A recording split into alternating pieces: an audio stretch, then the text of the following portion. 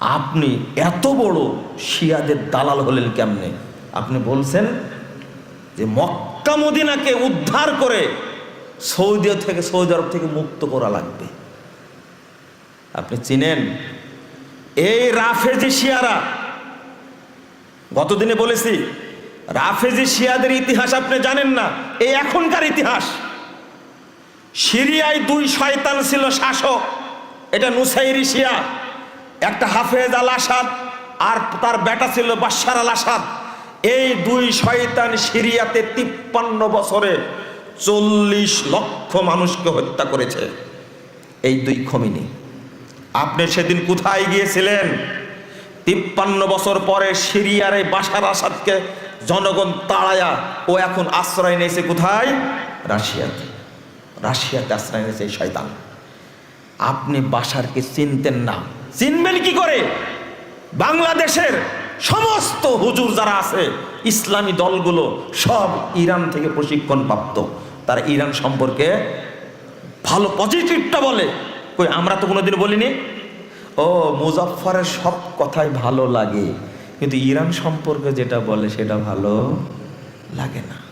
মুজাফফর সব দলিল ভিত্তিক কথা বলে, কিন্তু শিয়াদের সম্পর্কে যেটা বলে এটা মুজাফফর ঠিক বলে না। ও জাতে মাতাল তালে ঠিক তুমি, তাই না?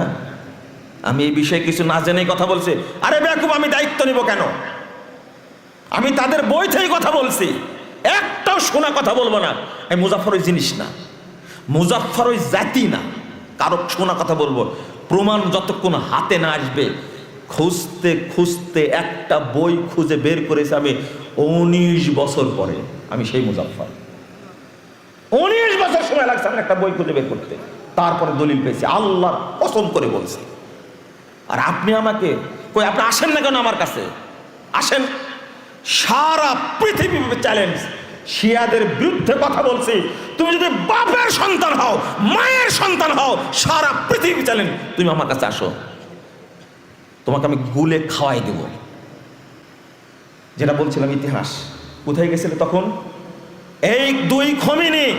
আচ্ছা, ইরানে কি সুন্নি ছিল না? 1.5 কোটি সুন্নি মুসলিমকে হত্যা করেছে।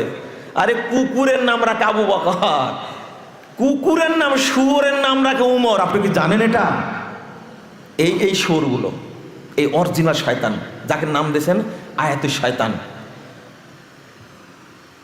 একদিনে 40,000 হাজি হত্যা করেছে এই শিয়ারা।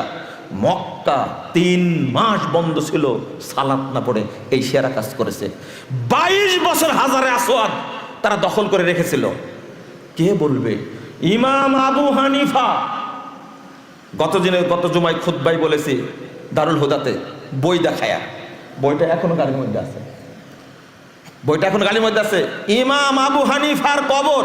আরে ভাই 17 সালের কথা বলছি, 17 সালের কথা বলছি, যখন বাগদাদের খলিফা হয় সুলতান আব্বাস এই শয়তান, তার দাদা ছিল ইসমাইল। দাদা ইসমাইল করলো কি? আবু হানিফার কবর থেকে হাড় হুড্ডি বের করে ফেলে দিল, দিয়ে ওখানে কুকুর মাটি দিল। কি মাটি দিল? কুকুর। ওর নাতি আব্বাস, এই শয়তান যখন খলিফা হলো, তখন কি করলো? আবু হানিফার কবরটাকে বাথরুম বানায় দিল।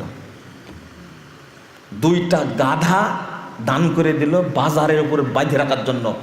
যারা পায়খানা করতে যাবে আবু হানিফার কবরে, তারা যেন গাধার পিঠে চড়ে যায়। ইমাম আবু হানিফা কত বড় ইমাম, সেই ইমামকে সহ্য করেনি তারা। তাদের নিজের বই লেখছে, হাই হাই কি বলে, আল আনোয়ারুন নুমানিয়া বইয়ের মধ্যে 2য় খণ্ডের, এই গতদিনে পড়ে শুনেছি দারুল হুদাতে, খুতবায় দাঁড়ায় বই দেখায় পড়া শোনাইছে।